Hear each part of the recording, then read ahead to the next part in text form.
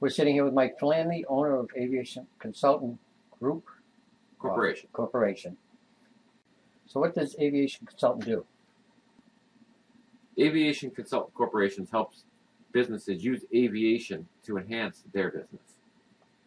How does that work? Well, if you have to travel for any reason, then aviation should certainly be a consideration. Now, not everybody needs it, but you should at least investigate it. What does a typical aviation business user look like? Well, that's the thing. There's really not a typical, because you have the Fortune 500, S&P 500, plenty of corporations there using business jets. If you've been around your local airport and you've seen the smaller single-engine Cessna or Piper or Beech go overhead, those are also business aviation. It depends upon really where you need to go, and who needs to go with you, and what your budget is. So would it be all about ease of travel?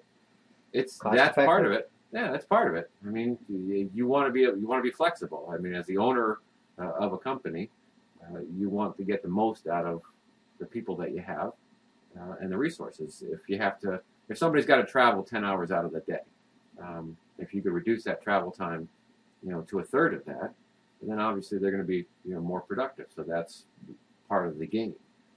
There's a quality of life for the employees. Some people, if they were to do that in a drive, it's a 2-day trip. Realistically, you couldn't ask an employee to spend that much time and be productive. At the other hand, if it's a sales meeting, it's a large client you're trying to close, or it's somebody that's important to your company, you don't want your employees run down by the time they get there. And in the same token, they want to be back with their family and enjoying dinner with the kids or the game. So there's other factors depending upon the situation. If it's an emergency, then maybe you need to have parts someplace, or you have a particular employee that's got specific knowledge that the one that can fix the problem. And getting them there is more important than the cost at a lot of times. Not that the cost is definitely a consideration, but when you look at if you want to do it with the Gulfstream, many millions of dollars, but it's effective.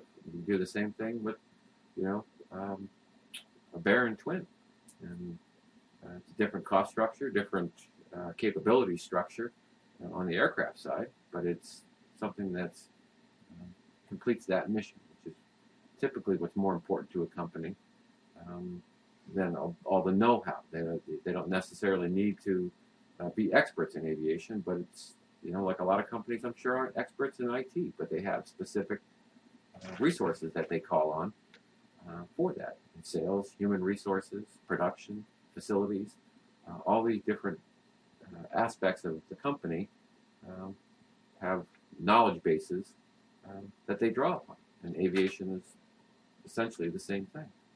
What is it about for the traveler? Well, it's what you just covered. The ease of travel. Well, for the traveler themselves, and typically it's not the CEO, which tends to be the general perception of what business aviation is. It's the executives that get to fly around everywhere. Sales staff, the tech support. I've driven tech support to the airport to do work on machines they've sold. Right. The technical and middle management are by and far the largest percentage of employees that ultimately wind up using, because they're the ones that can get the business done. They're the ones that the CEOs count on to drive revenue.